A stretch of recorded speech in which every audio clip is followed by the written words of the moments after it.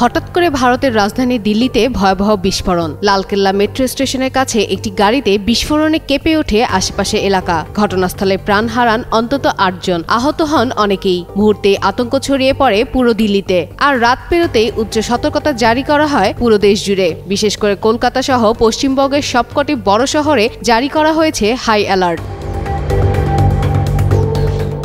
ঘটনার পরপরই পশ্চিমবঙ্গের নিরাপত্তা জোরদার করেছে প্রশাসন। সোমবার রাত থেকেই কলকাতার রাস্তায় শুরু হয় নাকা চেকিং। প্রতিটি মোড়ে মোড়ে চলে যানবাহন তল্লাশি। আর সন্দেহভাজন কিছু দেখলেই পুলিশ করছে জিজ্ঞাসাবাদ। বিশেষ করে রেলওয়ে স্টেশন, মেট্রো স্টেশন ও বিমানবন্দর সব জায়গায় বসানো হয়েছে অতিরিক্ত নিরাপত্তা বলয়। প্রশিক্ষিত স্নিফার ডগ দিয়েও চলছে লাগেজ তল্লাশি।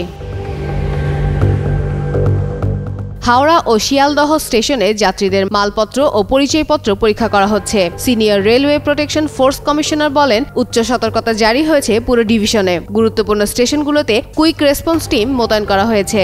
যাত্রীদের লাগেজ স্ক্যানারে পরীক্ষা করা হচ্ছে। মেটাল ডিটেক্টর দিয়ে দেহ তল্লাশি শেষে স্টেশনে প্রবেশে অনুমতি দেওয়া হচ্ছে। পাশাপাশি পুরো কলকাতা শহর জুড়ে বসানো হয়েছে সিসিটিভি নজরদারি। বড় হোটেল, লজ ও অতিথিশালায় চলছে হঠাৎ অভিযান। যদিও সাধারণ মানুষ এই উদ্যোগকে স্বাগত জানাচ্ছেন। এদিকে দিল্লি পুলিশ ইতিমধ্যে বিস্ফোরণের এই ঘটনায় ইউএপিএ মামলা দায়ের করেছে।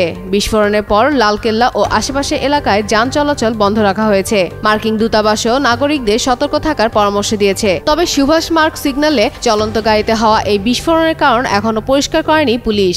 ভারত জুড়ে বিরাজ করছে এক আতঙ্কের ছায়া। কবে কোথায় আবার এমন কিছু ঘটবে সে আশঙ্কায় তটস্থ হয়ে আছে সাধারণ মানুষ। ফাতেমা ফাতেহ জান, যুগান্তর নিউজ।